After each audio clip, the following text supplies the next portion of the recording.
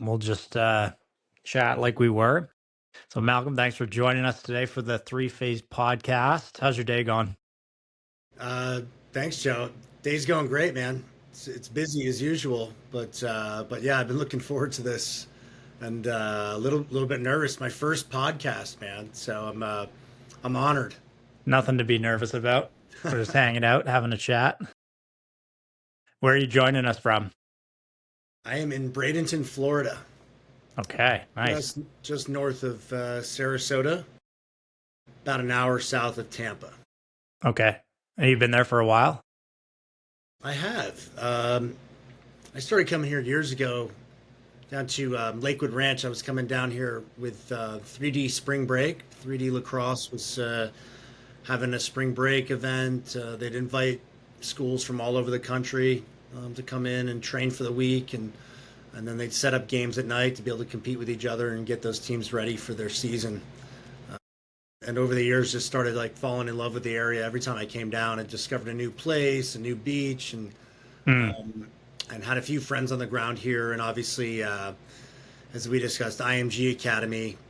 It's like down the street. I can get there in about 5 minutes. I've got a bunch of friends and clients on campus there as well. So that relationship has blossomed nicely as well over the years.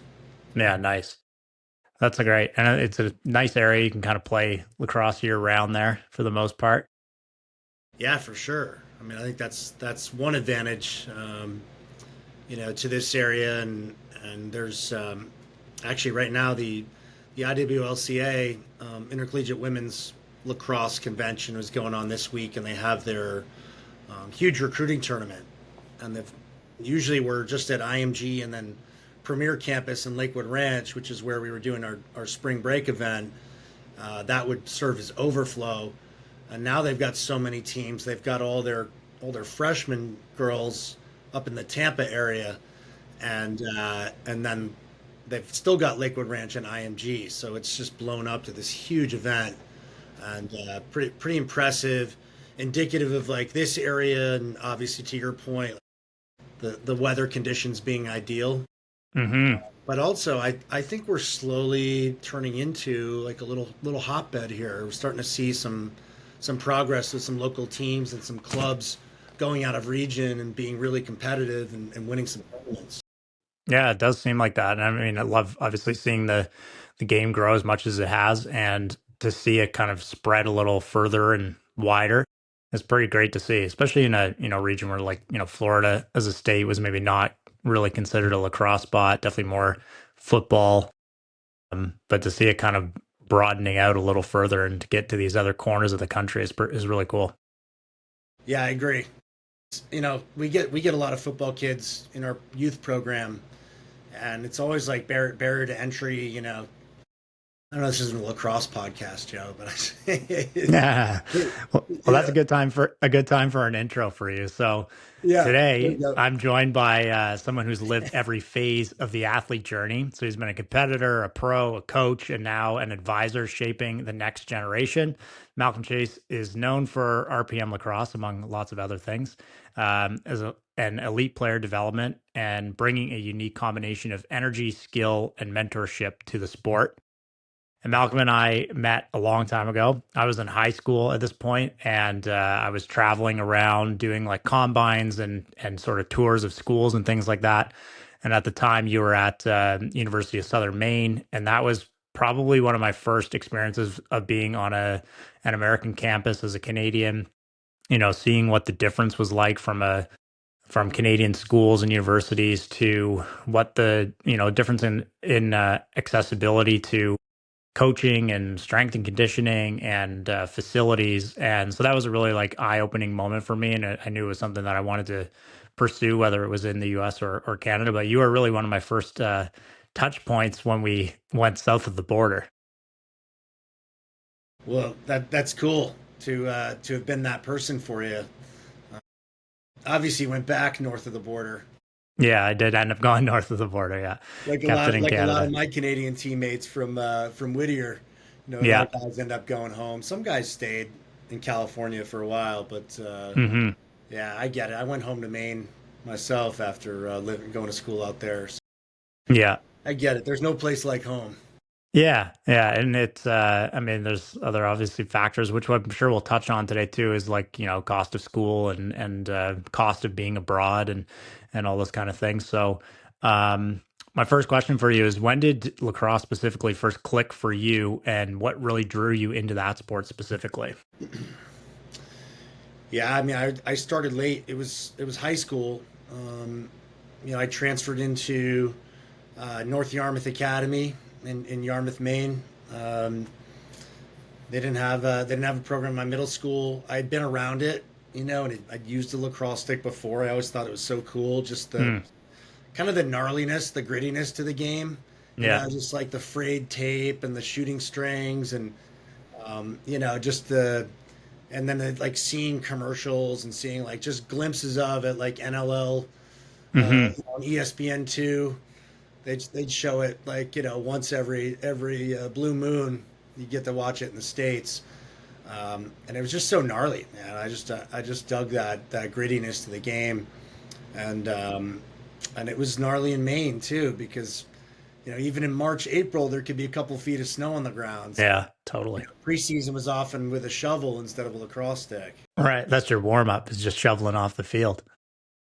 And especially in those days too, it was like it was presented so much like an extreme sport. Like it was like akin to like motocross and like jumping Yeah. out of a helicopter. Like they're really trying to push that sort of narrative of it. And, it's probably one of the besides the NBA, like sports that played music during the games. And, Hmm. probably for a lot of people, their first glimpse of lacrosse was like War on the Floor. If you remember that DVD that the NLL had made, and it was just like massive hits and just Yeah. like giant plays. But for some people, that was like the first time they'd ever seen the sport before. Right. Right. Yeah. And I had the real privilege of playing senior B box lacrosse, indoor lacrosse. Hmm. With the Vermont Voyagers, who are the only American-based team playing in the Canadian League, and Right. I learned so much more about that game. I mean, I was 30 years old, when I started doing that, Yeah. and and that really that changed me chemically as a player. I mean, Hmm. we played on the res. We played Aquasasni, we played Snake Island Muskies, we played all these really really hardcore teams that Yeah. you got to play their style of Yeah. lacrosse when you go onto the res. Like it's what it Nah, is. Um, show up ready. that's right. But that speaks to the roots of the game that I think it's missing a lot. In today's current climate, like I think we skip over it sometimes. Hmm. I think that probably should be like the first thing that's taught to players. It doesn't have to be this like documentary. You got to sit down to this 4 hour Yeah. pitch on the game, but at least understanding the roots of it and where it comes from. Yeah. I think First and that's foremost, important.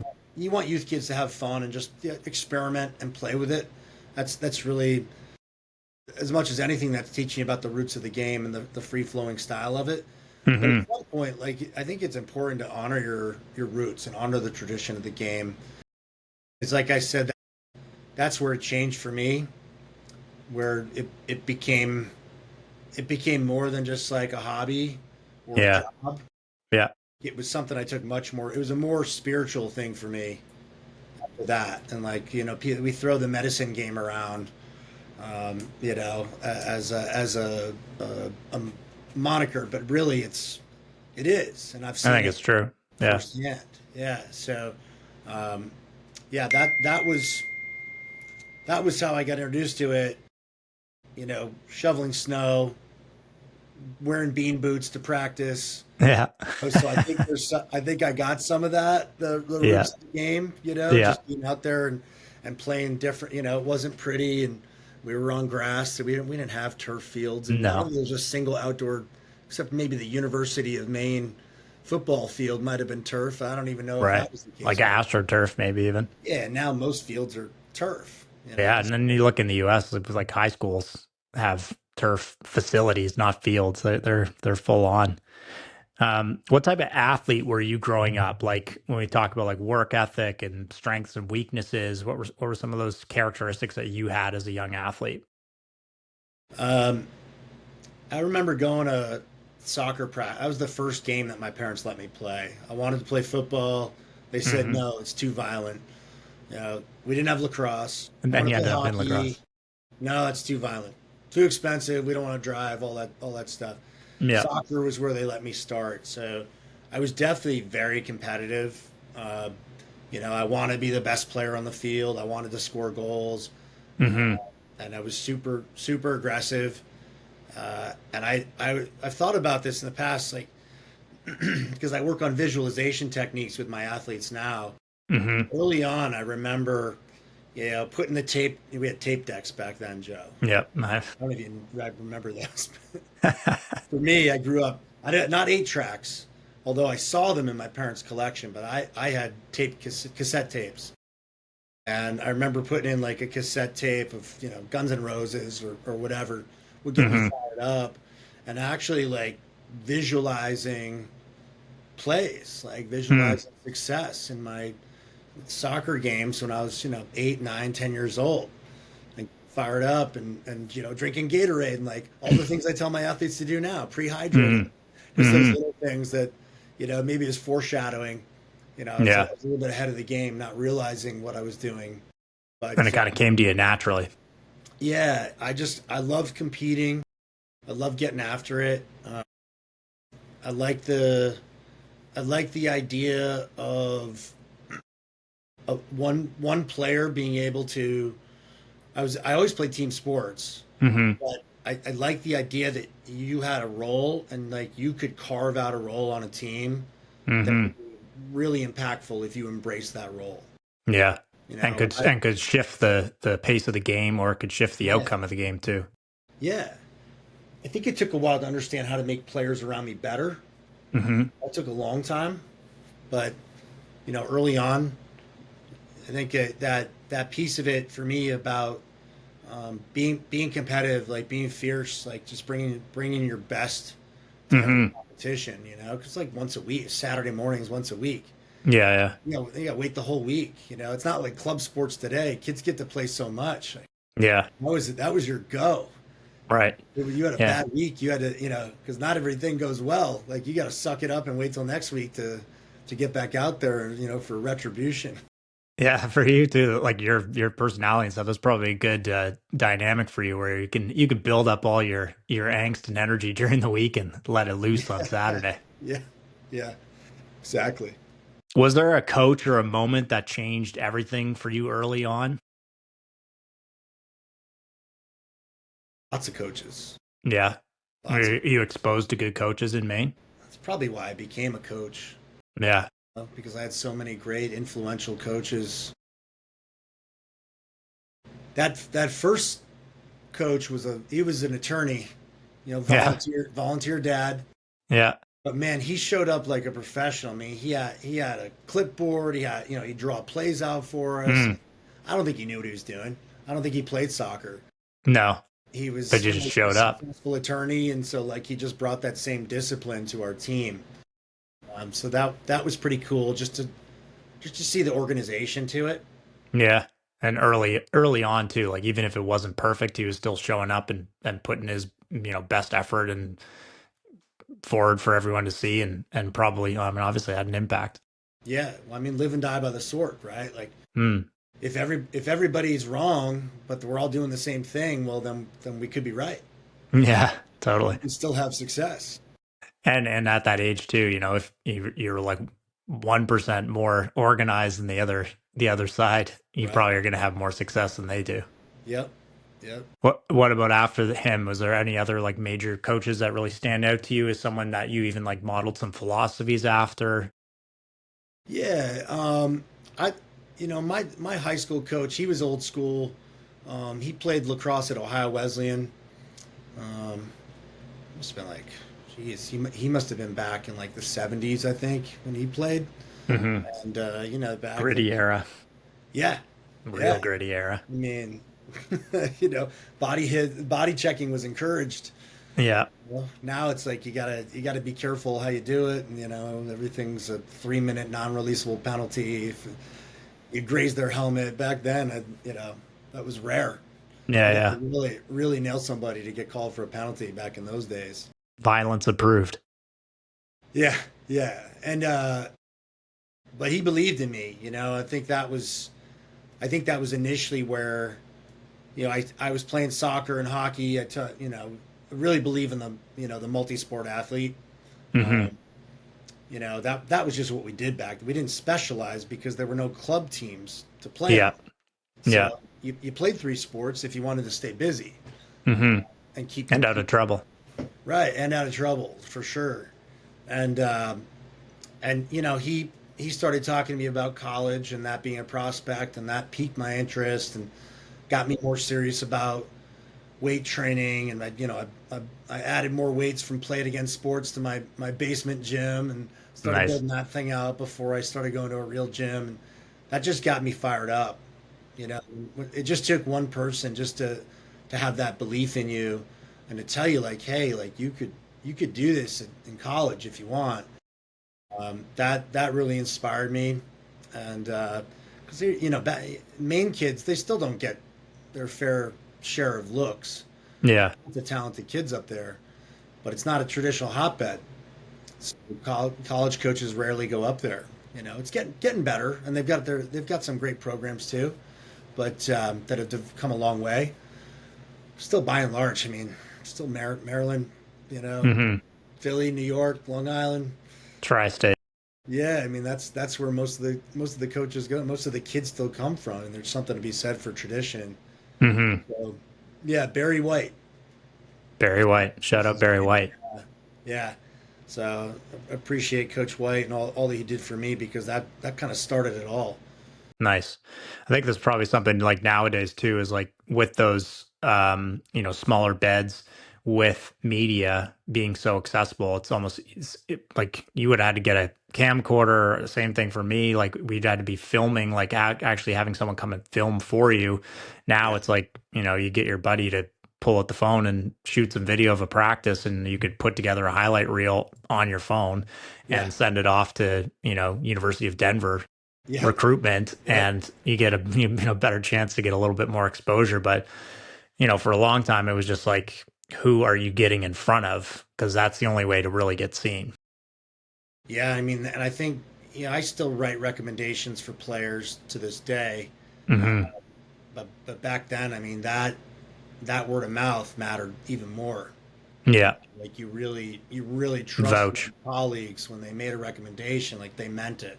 Yeah. Yeah. What were some of the earliest habits or lessons that still show up in your coaching today? Hmm.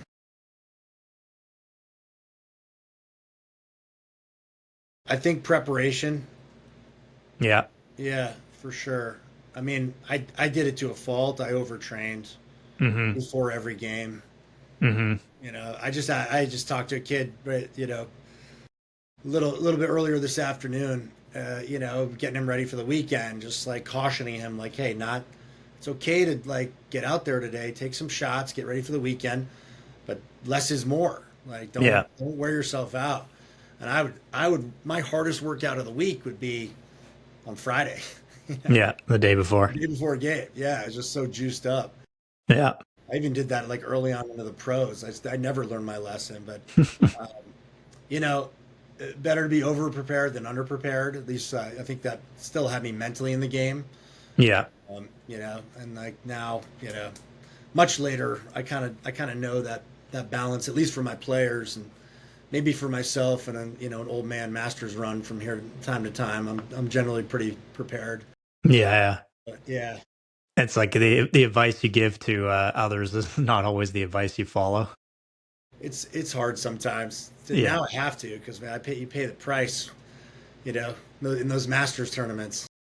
Yeah. Those you don't play every week, so you play like a couple times a year. You want to make sure you're You're coming out of prepared. that on the other end. You can walk. Um, yeah, I think even like one thing by a guy when I was a high school kid and I would have met you, I was like 150 pounds soaking wet with bean boots on. Yeah, And, it was always something that I wanted to get more into. And obviously now I've made sort of a career out of doing it, is trying to help others prepare at this point, but prepare physically for it. And that was something I really obviously noticed. You can see on you when I met you. I was like, wow, he's got like serious development in muscle, and that obviously plays a big effect in how you can play the game and how sort of durable you are. And then, when I was able to actually see you play a bit, the physicality that you brought to the field. But you mentioned, having a gym kind of in high school and adding equipment to it. When did you really start getting into that? And what were sort of the biggest effects from doing that on you, especially earlier on? Yeah.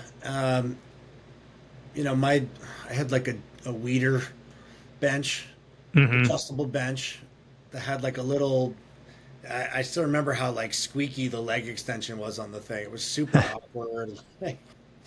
You couldn't adjust it. You just could Yeah. make the bench go up and down. Um, and that eventually, like I outgrew that.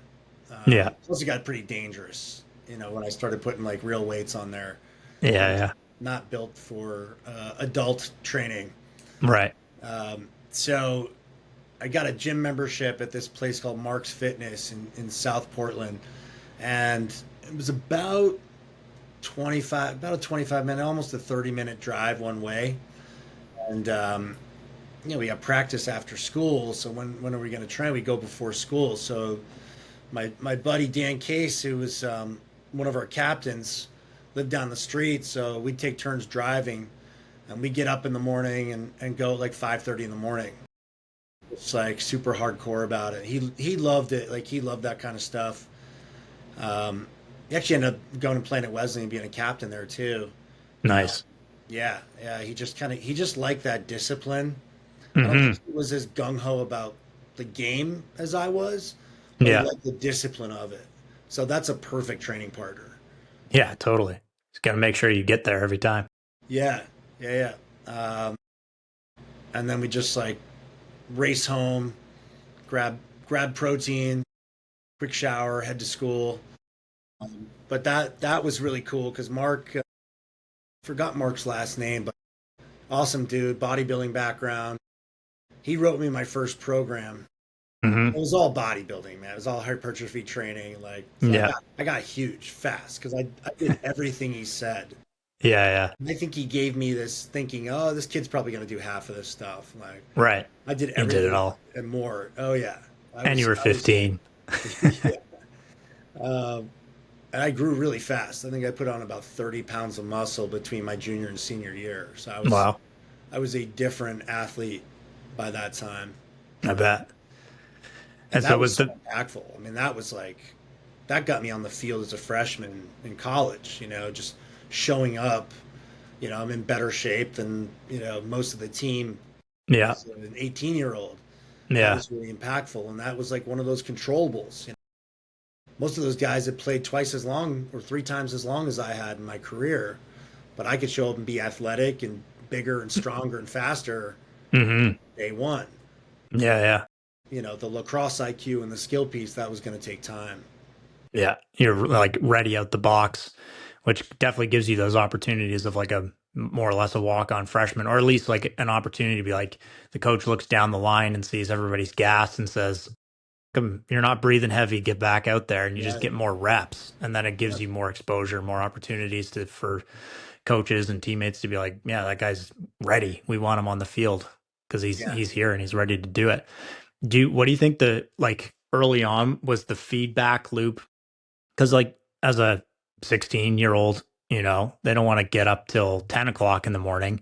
So to get up at 5:30 in the morning, like you probably need a really strong feedback loop to like keep doing it. Obviously having a good training partner plays a big role in that. But what do you think it was that was like, I want to do more of this because it is like providing me X? Dude, even to this day, I mean, the gym is my happy place. I love it there. You got to drag me out of there. I never want to leave. Like it's just to me it's fun. I mean, you feel great. Your body feels the best it's going to feel all day. Hmm. Um, you know, blood circulating, you're warm, muscles are loose, you're getting an endorphin release. Hmm. Um, and you see, I mean, there's it's a social place, right? You're seeing people you know, Yeah. catching up with friends. Saw a bunch of buddies, fist bumping guys, saying hello to people, catching up. Yeah. There's girls there. I mean, especially as like a teenage boy. But to be honest, at any age, like, it Yeah. doesn't hurt to have pretty girls at the gym. Keeps coming back. It keeps you coming back, keeps the members renewing their memberships, and But seriously, I mean, it. I love being there. So Yeah. the fact that like it wasn't feasible to do after school, and the only really great window for us to get meaningful work in was in the AM. Hmm. That's when we were going to do it. And Yeah. yeah, having a partner that accountability certainly helped because there were some days are tougher than others. To For get it. sure. When you think about, all right, this guy's counting on me, the team's counting on us to be leaders, Yeah. and then there's a macro goal of getting to the collegiate level, and so that's always in the back of your mind. Yeah. Hmm. I want to be like those guys on my once a year, NCAA championship broadcast. I want to look like those guys. Yeah. Totally. And for young guys too, I mean, obviously, like you mentioned, like the coach you had who believed in you kind of lit the lamp for you of like a direction for you to go. Um, for these young guys to have a sort of North Star to aim at, and anybody like at any age, if you have a purpose, the process is a lot easier to follow, or at least to stay sort of on track with. If you're just kind of scrambling and you think, even if you think you're doing the right things, not having a North Star really kind of dampens the direction that you want to go, and being able to actually ultimately commit to the things that are going to be beneficial. If you don't have that direction, it's very hard to do. Yeah, I mean, I think that's why a lot of athletes after they retire, kind of enter into this like depression because Hmm. here's the goal, right? Like, Yeah. we're not playing for the Minto Cup this year or Man Cup. I'll flex a little bit of my Canadian box knowledge, Yeah, that's good. That's good. right? Um, Which we never had a chance at, by the way, as the Voyagers. Like no, we were competitive, but man, that's a once whole other once they league. brought in the NLL guys for playoffs, we were done. Yeah. What do But you yeah, think? that North Star, like you say, I mean that, and I kept coming up with a new one. First it was like, all right, I want to get into college, then I want to get on the field. Hmm. Well, now I want a paycheck. Yeah. First, it was just I just want to get paid to do this thing that I love, Yeah. and it could be a couple $100, which it was, but I Hmm. didn't care. I mean Yeah. that they took care of our expenses, so that was like our fun, our drinking money for the weekend. Yeah. But it didn't matter. I would have done it for free, and I go back and do it again for free. It was the experience Yeah. Hmm. and just the principle behind it. And then ultimately, like Major League Lacrosse became the ultimate North Star. Yeah. And that was just sort of like in terms of my career and my trajectory. I was getting into my mid 30s, so it was kind of like, do or die. I'm Yeah. not going to For be going sure. for this thing when I'm 40, and plus, I have a young son, so he's Hmm. getting older. And at what point does his career supersede mine? Sure. We reached that point a while ago, but we're still there. Yeah. Yeah. What do you think your younger self got wrong about training or mindset or development? Mm. Overtraining, top of the Yeah. list. Yeah. We touched on earlier. Yeah. Yeah, I mean, not just pregame, but I mean every day. Like I said, I did that Mark's bodybuilding workout. I got huge, but then all of a sudden, I was experiencing this chronic injury syndrome.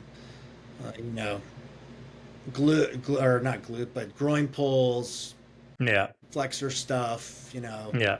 Just little naggy things that, all right, you could put some like Tiger Balm on it or wrap it up, or and play it about 85-90%. Hmm. I don't think there was a college game that I was at 100% Yeah. my entire career.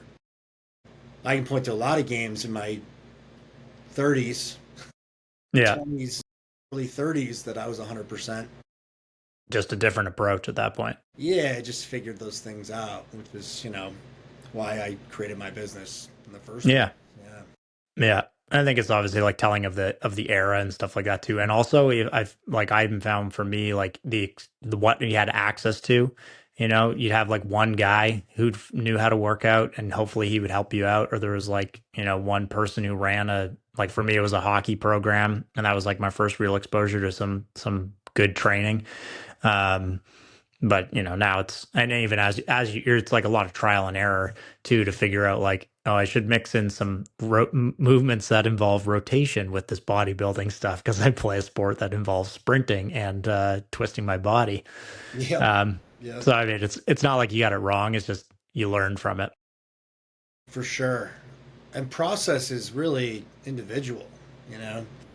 Um, you and I can preach to our athletes all day long about what we think is best for them, but until they try it, to your point, there does have to be some trials throughout Hmm. their journey Hmm. because it may not even be right or wrong. It might just be good, better, best, Yeah.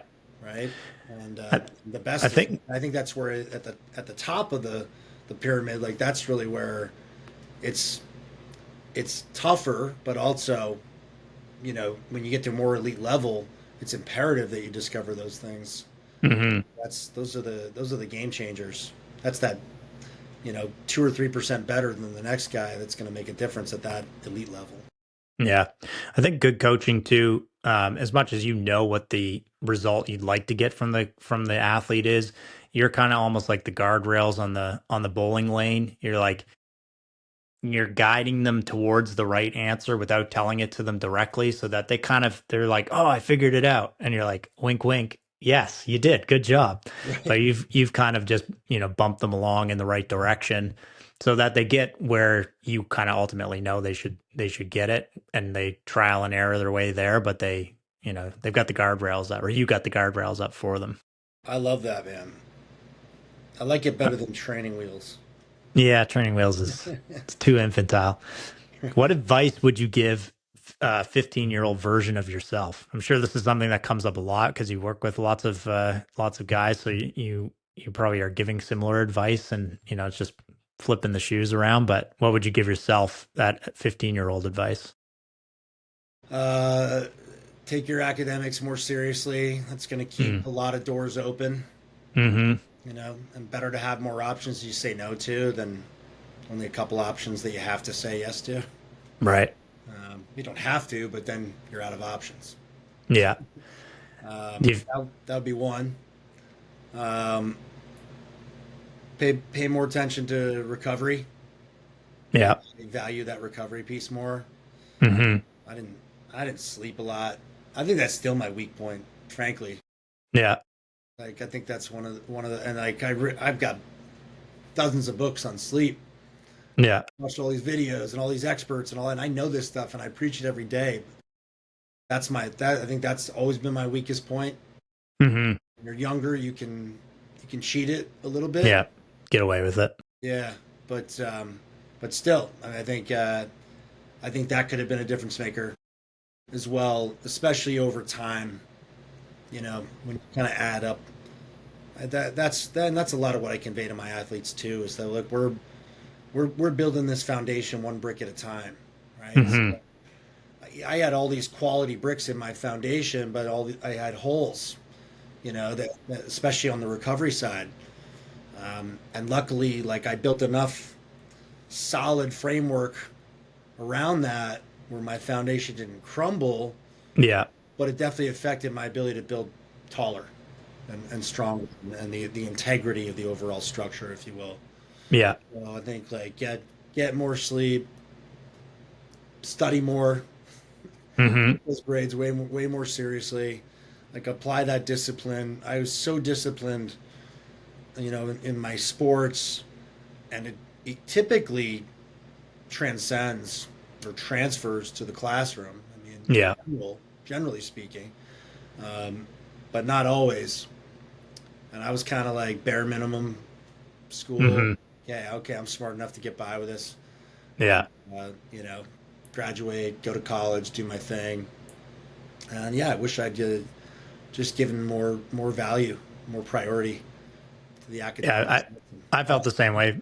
I felt the same way for me too. It wasn't really till my like grade 12 year where I was like had made the decision that I was going to go that I was like, "Oh, I should put a bit more effort into this Yeah. because it would, again, like you said, like open more doors potentially, give me more opportunities."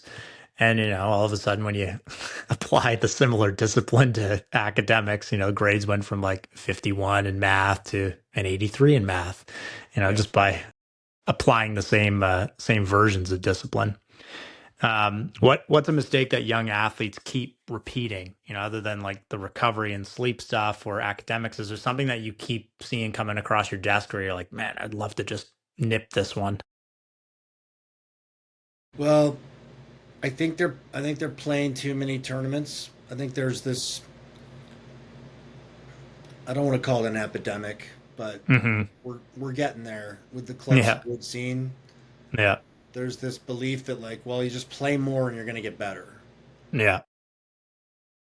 That's not necessarily true because if they're kind of look at it from a couple different angles, but just from a movement perspective, if you're developing, compensations, asymmetries in your patterns, Hmm. any type of deficiency, and you're not addressing that between competitions, Yeah, you're just exacerbating the problem, right? It's yeah. just a snowball effect where that's going to come to a head. Hmm. End up in a much more serious injury if you're not feeling it already. Yeah.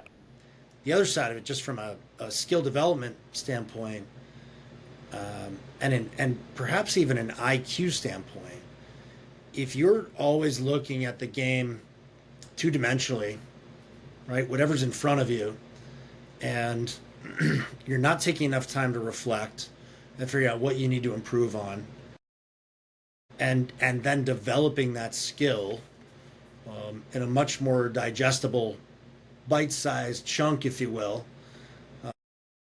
then you're doing yourself and your team a disservice. And I think I see that that's pretty prevalent. I had a kid he was at like 30 events this summer, and he's a stud, and he's gonna play college ball. We're trying to get him to the best school possible, and he's on board. Like we're training, and I'm trying to like slow him down a little bit. And I think fortunately for him, like we're coming into the school season, and now like I think I can have those conversations with him and his parents before next summer starts up. Like, hey, like let's be cooler about this. Like, let's not go ballistic because that's it's going to be his recruiting summer. He's a 2028. All the coaches will be looking for him, but he wants to put his best performance out there. So I think that's one thing I see.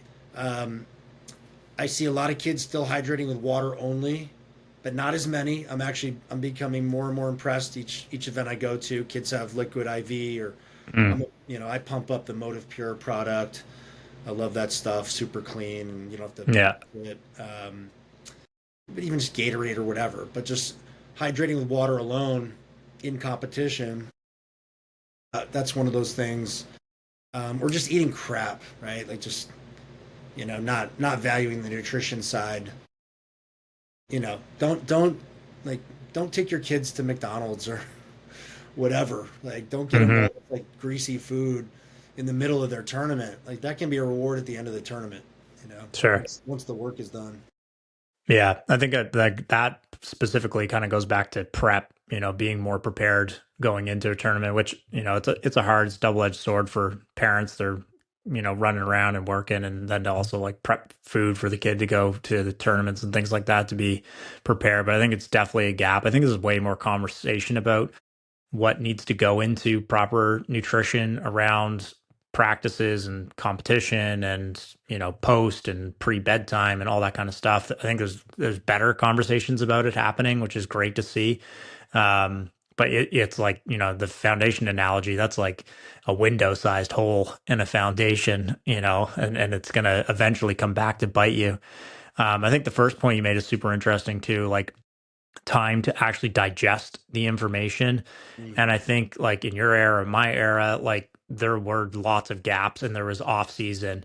And like if we use the soccer example of like playing soccer once a week, how many moments on those other 6 days did you think about that missed slide tackle or that like ball that went over the crossbar? And Yeah. then anytime you got to practice, you're like, I'm putting the ball under the crossbar every time I get to hit it. And Yeah. then the next Saturday comes around, you're like, okay, I've been practicing this for the last 4 days. I'm going to nail it this time. But Yeah. if you're just going from competition to competition, like you're really leaving a lot on the table because you're not giving time for development. Even though it feels like you're developing because you're like playing the sport and you're practicing a lot.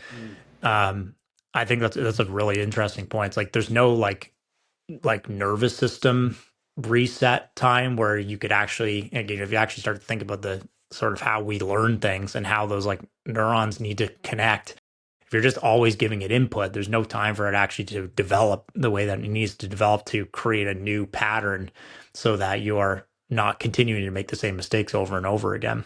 Yeah, it's Right. super interesting. Yeah. No, I hear that. I think there's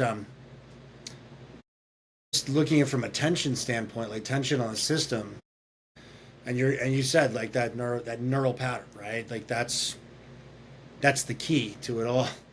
Yeah. So it's like if you're jumping in your car, jumping on a plane, like racing to this game, doing that whole thing, like I think this family in particular is really good at it. Hmm. They're hardcore about all their kids' sports, and like I love them to death. Like they're just awesome people. Yeah. So it's hard to back them off because that's all they know. Like they're Go, in go, go. yeah top gear all the time. But understanding like giving them time to process Hmm. and decompress or unwind the top, if you will, Yeah. right? Yeah. Like that's where your best game is going to happen. Yeah. And I mean, some of the best athletes we've seen are multi-sport athletes because they have time to actually like not think about hockey and not think about baseball and not think about soccer and just do stuff that's different. And like when it comes to, what I spend a lot of time doing is like, if you're not necessarily trying to create total symmetry, but if you are just continuing to do the same motor patterns all the time, like you said, you're going to run into lots of overuse injuries. I mean, there's a reason, baseball pitchers have to take days off and they track how many pitches they throw. Like you can't just keep hammering the nail once it's already in the coffin. It doesn't do well for performance. Um, and there's been research forever backing up burnout. Like these kids who want to play a sport year round. Like there's been research since like I don't know the 80s showing that if you are doing the same thing for too long, the likelihood that that kid continues to do it into their teenage and sort of young adult years is massive fall off because it just you're going to accomplish burnout like it's something you're chasing. Yeah, the kids, the specialization thing, that's tough.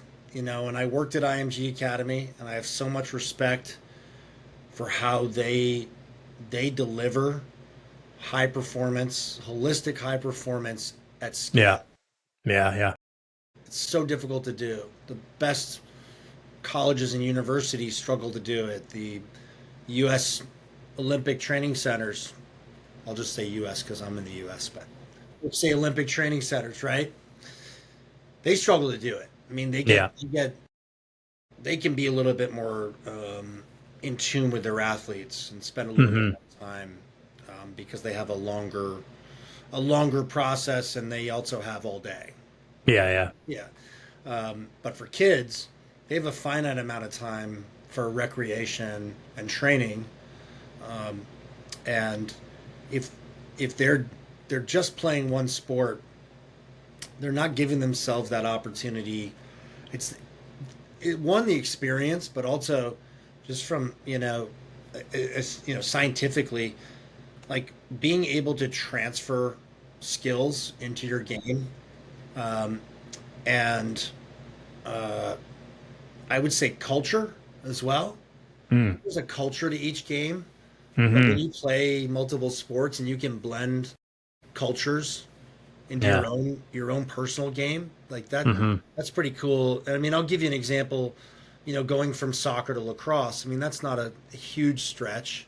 Yeah. Um, However, you know, one game you can't really use your feet in lacrosse. Rarely will you. Yeah. Occasionally, but when I had to kick the ball, I definitely had a little bit more skill. Yeah. More so, like my footwork. Footwork. Yeah. I didn't use an agility ladder until college. Yeah. Yeah. You Didn't know, need to. now I got middle schoolers that you know I have in the ladder, and sometimes younger. And Hmm. I didn't really need to. Uh, my footwork was pretty sound because I played soccer for 11 years. Yeah. But then I started thinking more about and how I train my athletes. Making it game situational. That's kind of that next level. Hmm. Where you're creating context within your drills versus just training to get quicker, training to get more agile, training to get more Yeah. flexible. It's like, what are the actual game situations we're going to apply this, and then merging some visualization, some imagery into your training, just to have a Yeah. little bit more efficacy. But the specialization thing, man, I guess that's the other thing to answer your question from a little ways back. That I would discourage that. I mean, unless they're like the next Tiger Woods, Venus Yeah. Williams, Serena Williams. I think those are the athletes. When I walk around IMG and I get it. When I see a 12-year-old basketball kid who's like, yeah, I just play basketball. That's all I do. Well, if you're Yeah. truly that passionate, this is your game. That's all you want to do. Okay, Hmm. but I would love to see that kid trying something else. Just have fun with it. Yeah. Exactly. Just do it as a club level or. Yeah, and it's tough. It's a really different model there. Um, like I said, I have total respect for their model, like how they do it. Yeah. Um, but I think outside of that space, it's tough. I mean, just parents and coaches of that sport don't account for those that repetition and that Hmm. burnout. Hmm. That has to be top of mind. Yeah. I mean, and there's so many good, you know, there's so many good examples of athletes that have made it all the way, to the pinnacle of their sport. And I've been watching like a lot of the Netflix like receiver and quarterback those documentaries, and they do a good job of showing the backstories of these guys.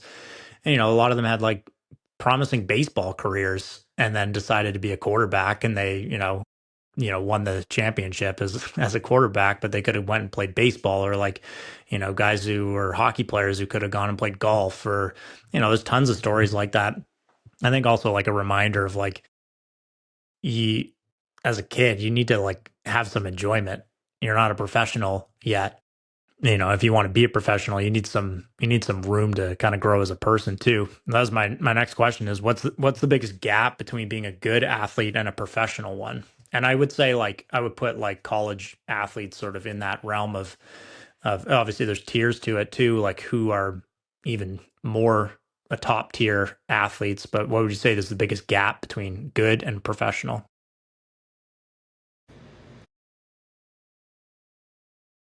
Willingness to sacrifice the like the depth of your sacrifice, and like how frequently you're willing to do it. Because if you're making a daily sacrifice at some level if you're a pro, and at times like you've got to make some big choices Hmm. in order to compete at the highest level. So I think that's one of the top like realities of that level. Um, you know, from good to pro. That would be one. Yeah. Um,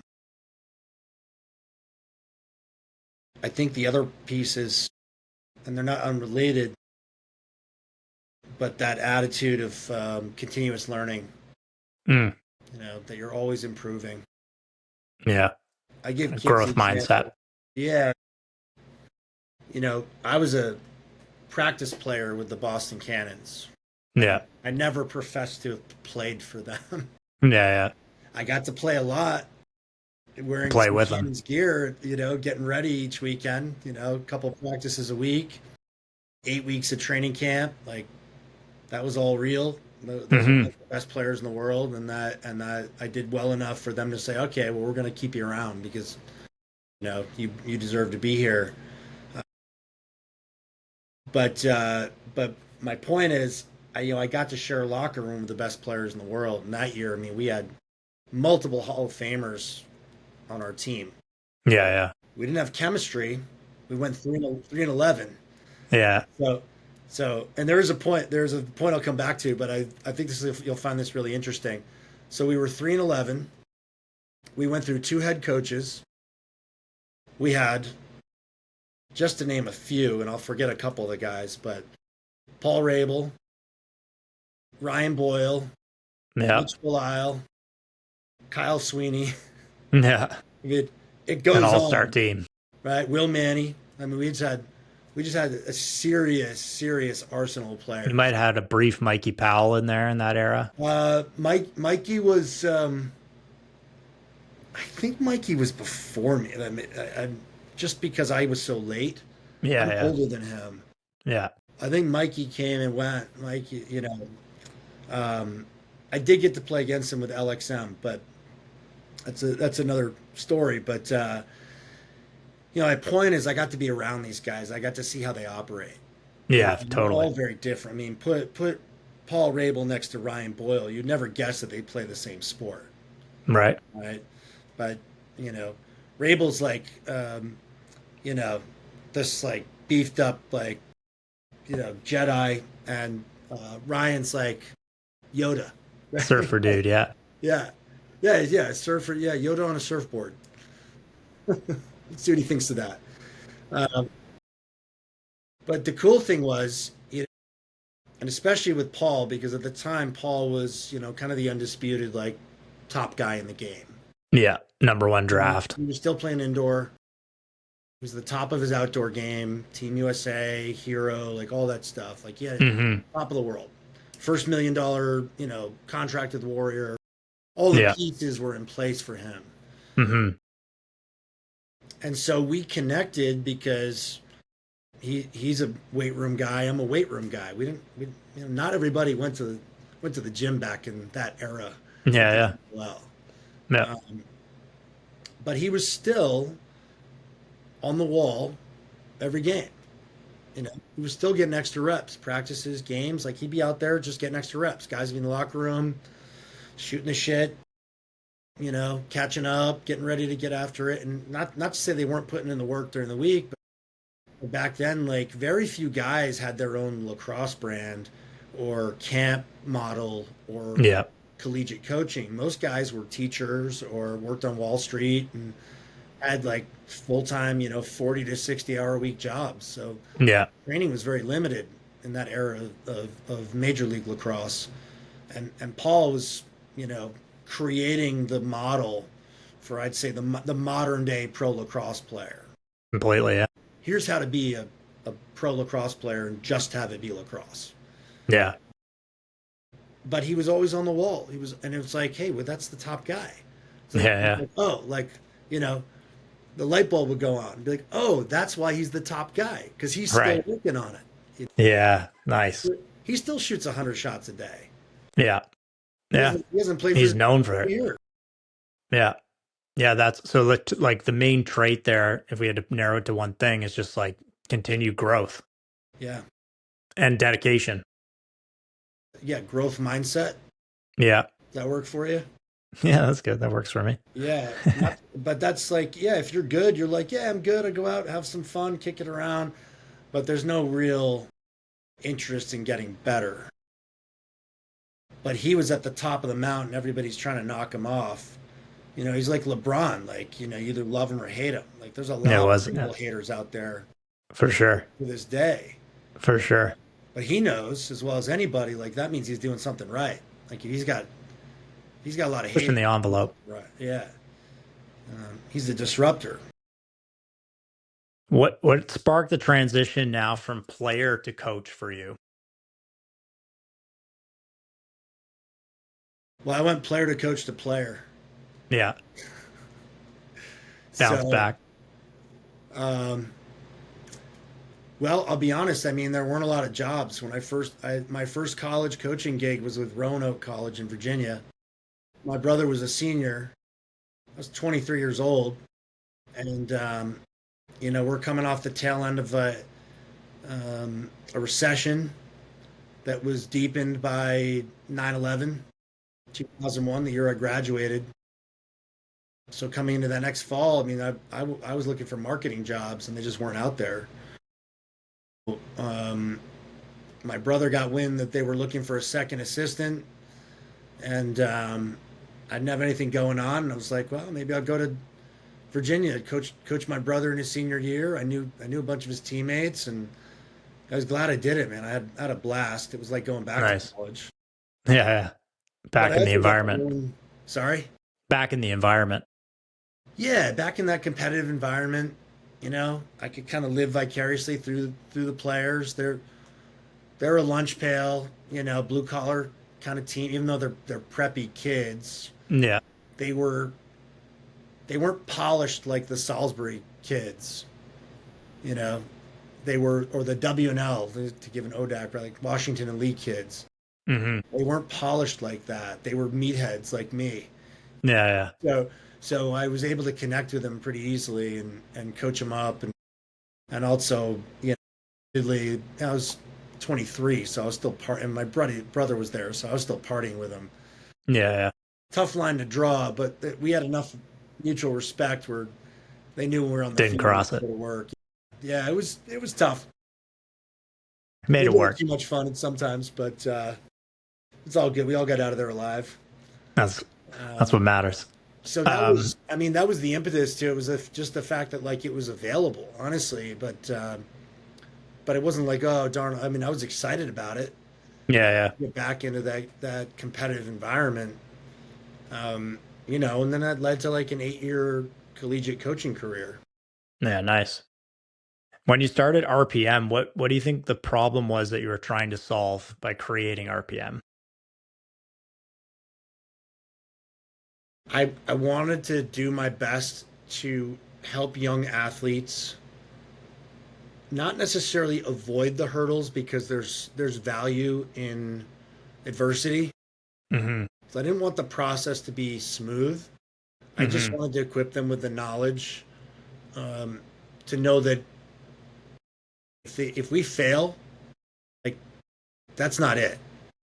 Like, we're going to go back, and we're going to succeed, because we're going to Hmm. be able to take the knowledge from that failure and be even better the next time around. Um, and then obviously like the holistic piece to it, we came up with the 5 pillars: um, mind, body, skill, nutrition, and recovery were our five pillars. And Yeah. making sure that we were being true to that, and addressing all of those needs with all of our athletes. Some more Hmm. than others. Like, some need the dial turned up more on their mindset. Some are good. Yeah. Some are like really, really resilient and strong mentally. Um, they just need to get going on their training. Yeah. And that's where, like, for you to come in as the coach and recognize, which of these 5 pillars needs more work and which one is good, and would just kind of maintain it.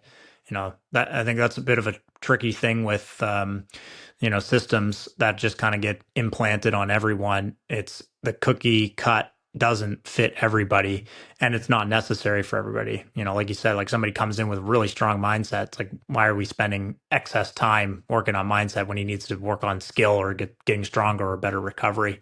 Yeah. So like tailoring it, that's kind of what I'm getting down to, is like tailoring the approach is critical. Yeah, and that's the toughest part, right? Because I think in my mind, I wanted to be this really successful entrepreneur, and scale customized performance. Hmm. So I invested in this app, and um, you know, built out this team of like people that I have a ton of respect for. I retained a mental performance coach. I had a registered dietitian on staff. I mean, I was all in. Hmm. that was the most challenging part, because I think we had people on that scale, from your good to pro scale, that maybe they liked the idea of being a pro, but they didn't like the sacrifice, or they didn't have that mindset that was required to tap into those different pillars and to sit with Hmm. that and truly look at, hey, I'm weak at this. Like, I need to work. I need to spend time and allocate time working on this weakness in my game. But that's uncomfortable.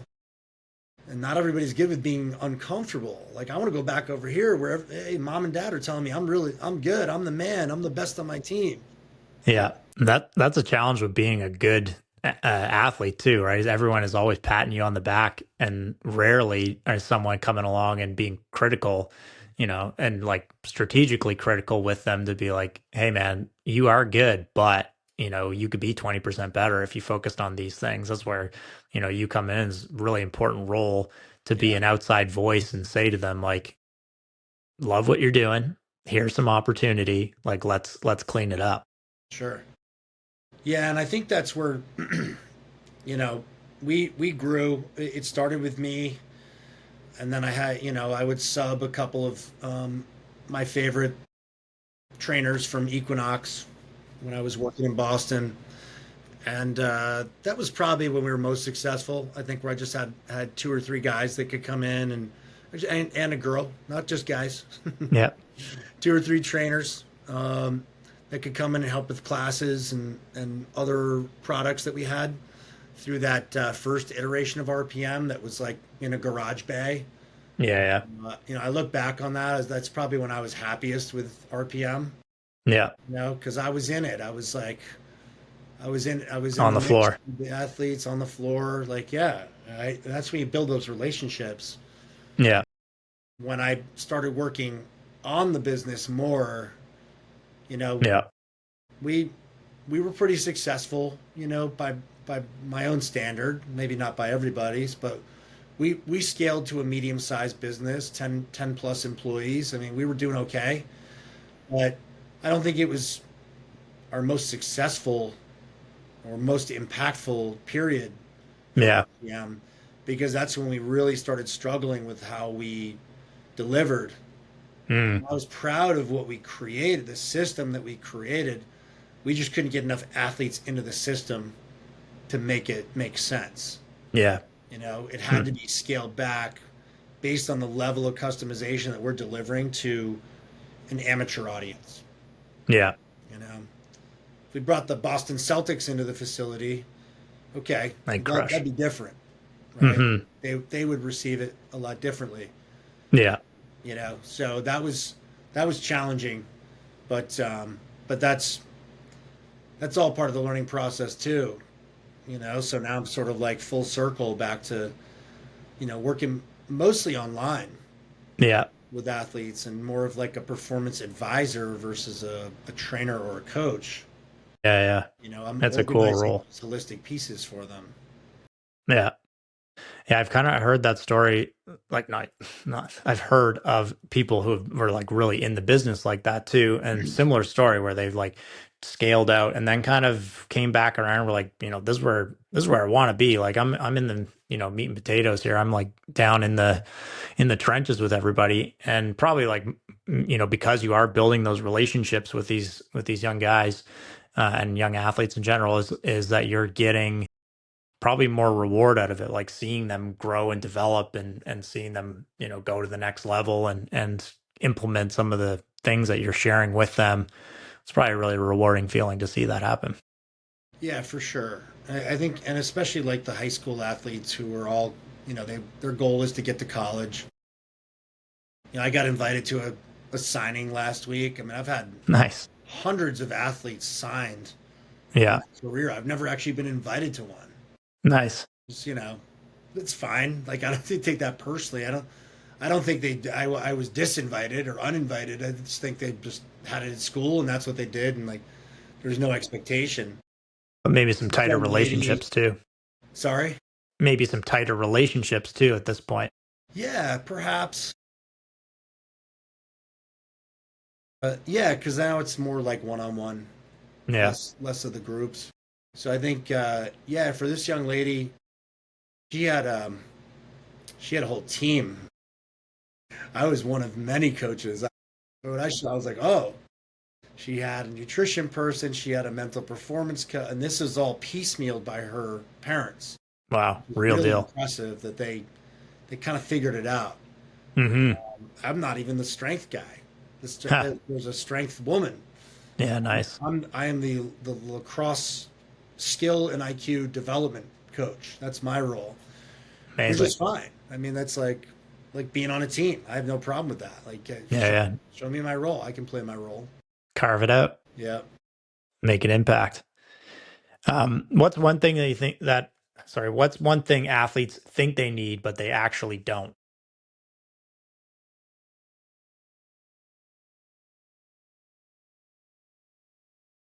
Well, I'll give you a better answer, but obviously they think they need to play more. Yeah, Touched on that already. So yeah, that's, but I'll just reiterate that. They think they need to play more. It's not necessarily true.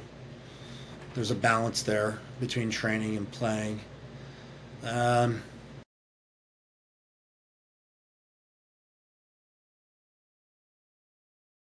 I think athletes think they need to go play Division One to have a meaningful collegiate career, yeah, and the reality is that I don't know the percentages, but it's low.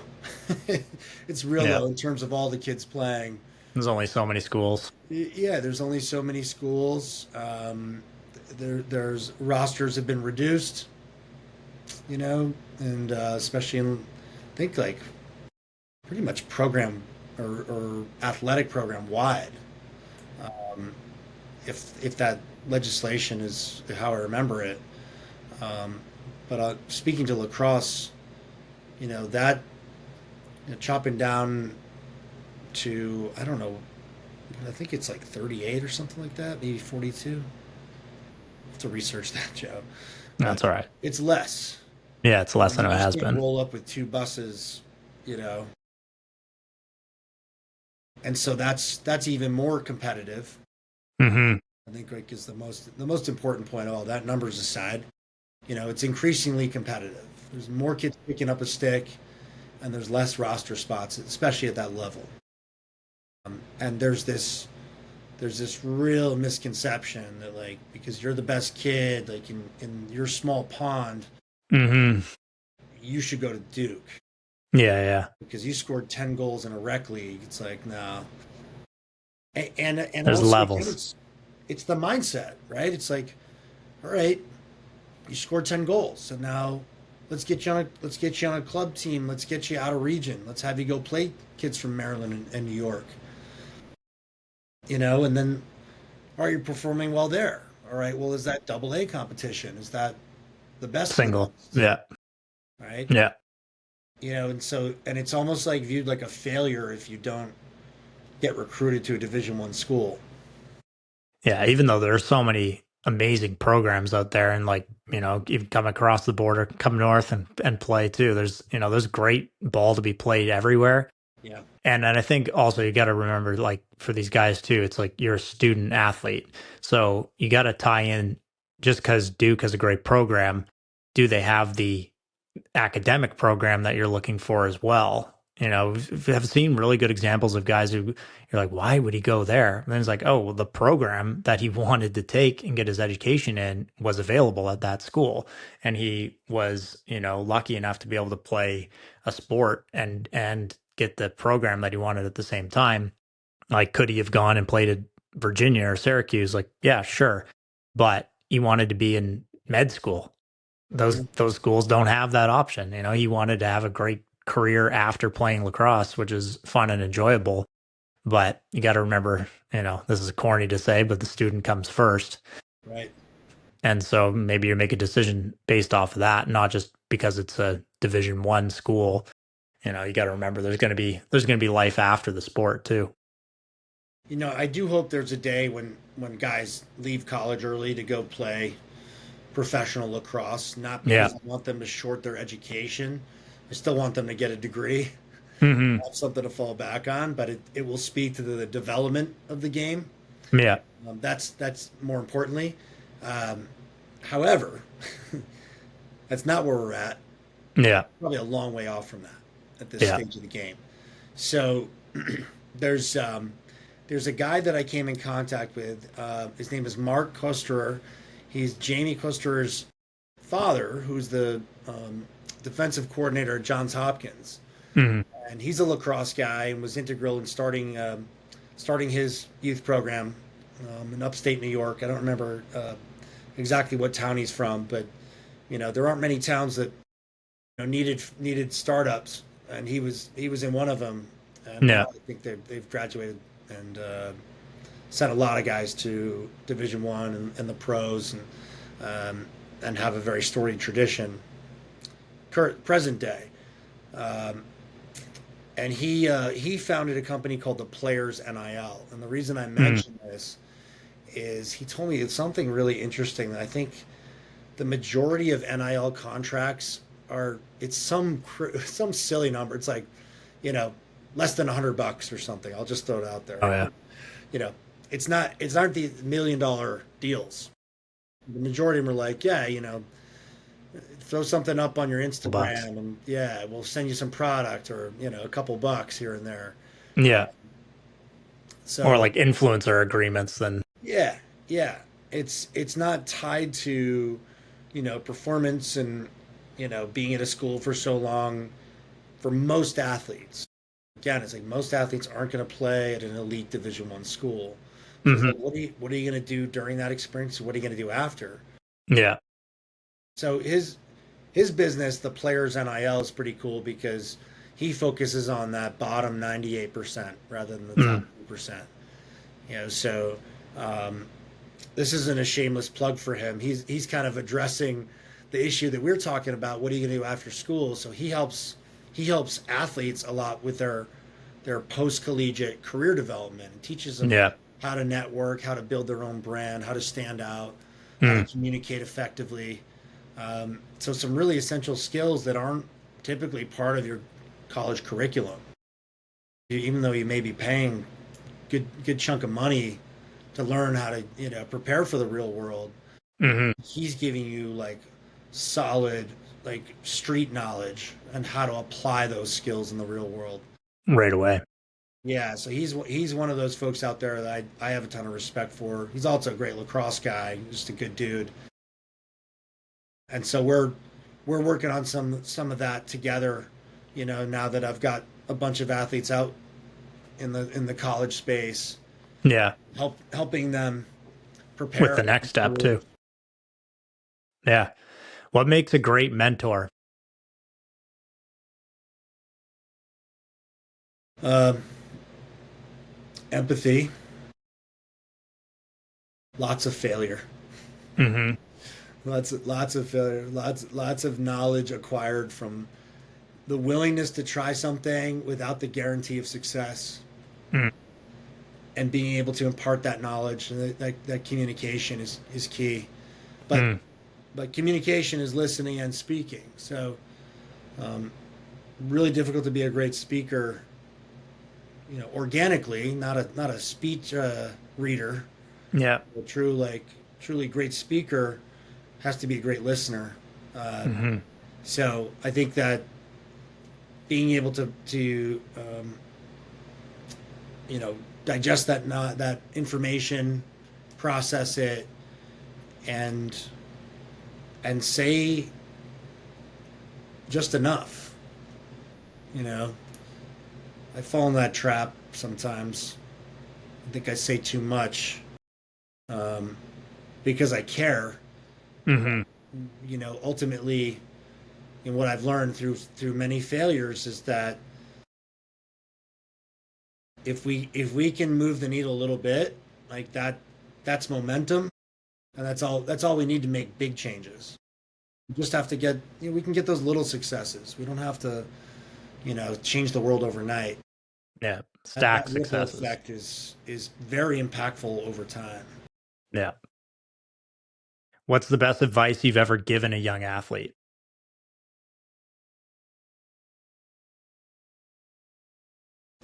Make players around you better. Yeah. I tend to get, I, I get some of the better players on their teams. I mean, I probably had the most fun with the guys who are and girls who are like trying to make varsity or want to be a captain, but Mm-hmm. they're sort of middle of the pack. Mm-hmm. But they'll do anything. They're willing to make that sacrifice. They have that pro like growth mindset. But what gets them there isn't their individual performance. Like reflecting back to, when I played youth soccer and I wanted to be the man, Yeah. it's like, Yeah. but I didn't know how to make players around me better. I was so worried about just getting, standing out and putting the team on my back. Mm-hmm. And now it's like the little things. It's not always like, oh, pass them the ball or, communicate on the field. It's fist bump, like Steve Nash, right? Like Yeah. led the NBA in high fives. That's like a great stat. Good stat. Good Canadian stat. Yep, that made him an all-star. Yeah. Um, True. so it's like, yeah, make players around, find ways to make players around you better. Nice. Yeah. I like that. We'll wrap up with some rapid fire questions. All right, I'll do my best here, man. Okay. Best teammate you ever had?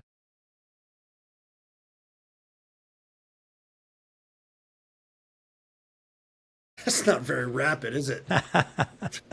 We'll redefine that Dude, there's afterwards. so many great teammates. I'm gonna say Matt Sorey from Wimmer Solutions. Okay. All right. Most important drill every athlete should do. Ooh. Uh, back-to-back ground balls. Okay. Love it. One habit that changed your career. Eating more protein. Okay. Favorite lacrosse memory. Oh, first year in Hawaii, playing with Gary Gate and his son. Amazing. Yeah. Hardest lesson the sport taught you.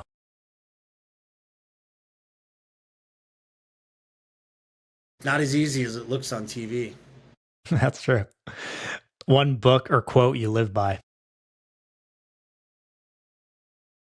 Um, Dude, I don't. I didn't want to sound cliche. You're making me go rapid. Hard work will always beat talent when talent doesn't work hard. Love that. What's the biggest red flag in an athlete?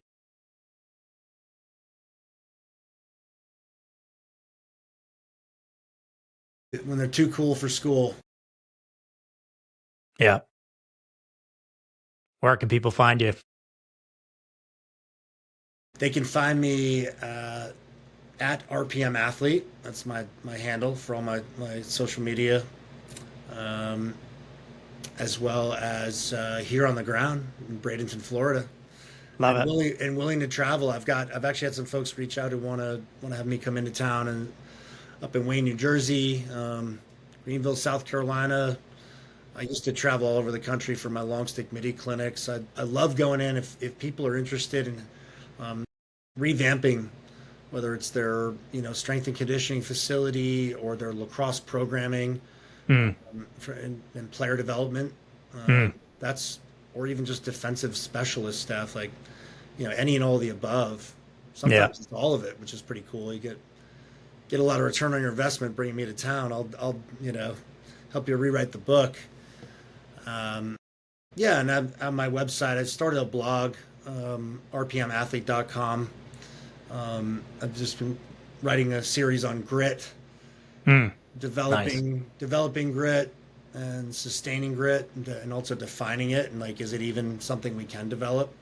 Mm, So yeah, I'm really proud of that. It's brand new, so I'm working on getting some subscribers and people interested in that. But even just the process of writing again has been really awesome and therapeutic.